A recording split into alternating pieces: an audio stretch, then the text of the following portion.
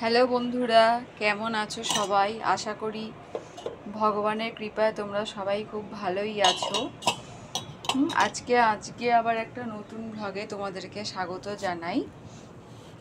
এই দেখো, দেখতেই পাচ্ছ যে আমি এই ইন্ডাকশানে ডালটা করে নিয়েছি, বিউলির ডাল করেছি। এরপর আমি আজকে যা রান্না করব তা এখানে আমি ভাত বসিয়ে দিয়েছি। আর এখানে আমি আজকে করছি ঢ্যাঁড়স দিয়ে চিংড়ি মাছের তরকারি। আমি নুন দিয়ে চিংড়ি মাছটা ভেজে ঢ্যাঁড়সটা দিয়ে আমি এখানে চাপা দিয়ে দিয়েছি। এবার এই জলেতে খানিকটা সেদ্ধ হয়ে যাবে। তা কালকে আমি পরশুদিনকে এই র্যাকটা আমি কিনে নিয়ে এসেছিলাম। আমার অনেক দিন থেকেই একটা কর্নার র্যাকের খুব শখ ছিল। তা এই র্যাকটা দেখো কিরমভাবে সাজিয়েছি। তোমাদের যদি ভালো লেগে থাকে অবশ্যই লাইক কমেন্টস করবে। আর ছোটবেলা থেকেই আমার ঘর সাজানোর একটা খুব নেশা আর কি। নানা রকমভাবে কিভাবে ঘর সাজানো যায়, কি করা যায়, হ্যাঁ, সেই জন্য আমি নিজের কোনো সাজগোজের জিনিসের থেকে ঘর সাজানোর কোনো জিনিস দেখতে পেলে আমি সেইটা আগে গিয়ে কিনি। তো ঘর সাজাতে আমার সত্যিই ভীষণ খুব ভালো লাগে। সেই জন্য আজকে আমি কালকেই খানিকক্ষণ সময় লেগেছে আমার, যে ওই রান্নাঘরটা পরিষ্কার করে সব। আমার যেহেতু চিমনি নেই, কিচেন চিমনি নেই, সেই জন্য আমার রান্নাঘরে খুব প্রচণ্ড তেল চিটচিটে হয়ে যায়। সেই জন্য এই ট্যাকগুলো আমাকে খুব ভালোভাবে সব রান্নাঘরটা পরিষ্কার করতে হয়েছে। আর আমার সেই জন্য কালকে অনেকটা সময় ব্যয় হয়েছে। আর আমি সুন্দরভাবে সময় পেলেই আমি চেষ্টা করি সব সময় ঘরদোরটাকে সাজিয়ে গুছিয়ে সুন্দরভাবে রাখতে। এই দেখো, আমার ভাতটা মোটামুটি হয়েই এসেছে।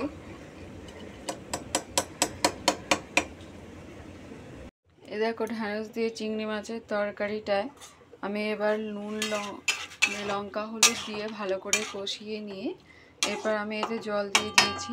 তারপর আমি এটাকে ঢেকে দেব।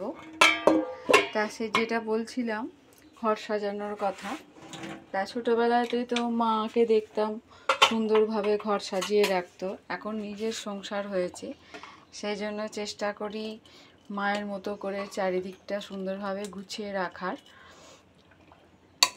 দেখো, কথা বলতে বলতে আমার ভাতটাও হয়ে গেছে। এরপর আমি ভাতটার ফ্যানটা গেলে নেব। আর আজকে করব মাছের ঝাল আর মাছের ডিমের বড়াটা ভাজবো। দেখো, এখানে ব্যাটার রেডি করে রেখে দিয়েছি, মাছের ডিমের বড়াটা ভাজবো। আর এখানে মাছটা আমি পোনা মাছ নুন হলুদ মাখিয়ে রেখে দিয়েছি। এবার মাছের ঝালটা করব।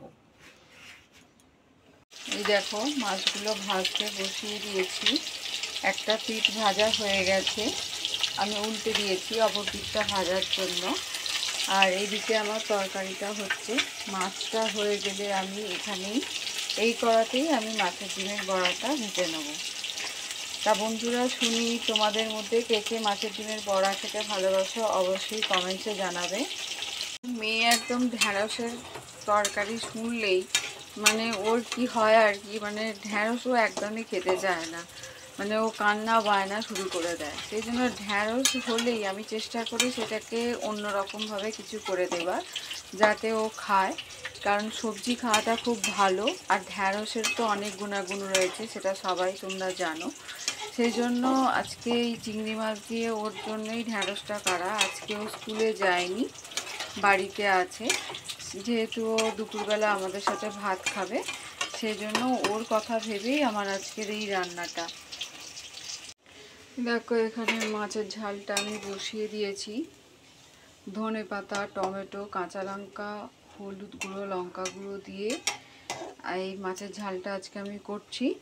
আর এখানে দেখো, মাছের ডিমের বড়া মোটামুটি আমার ভাজা হয়ে গেছে, দু পিঠই ভালোভাবে হয়ে গেছে ভাজা।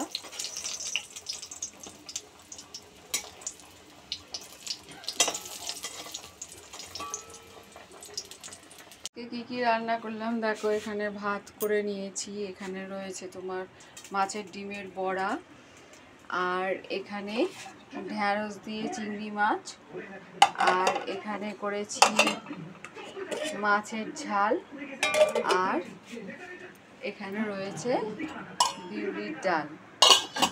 তাহলে আজকে ব্লগটা এখানেই শেষ করছি। ভগবানের কৃপায় আপনারা সবাই ভালো থাকবেন, আমার জন্য ভগবানের কাছে প্রার্থনা করবেন। জেরক্স করে নিয়েছি।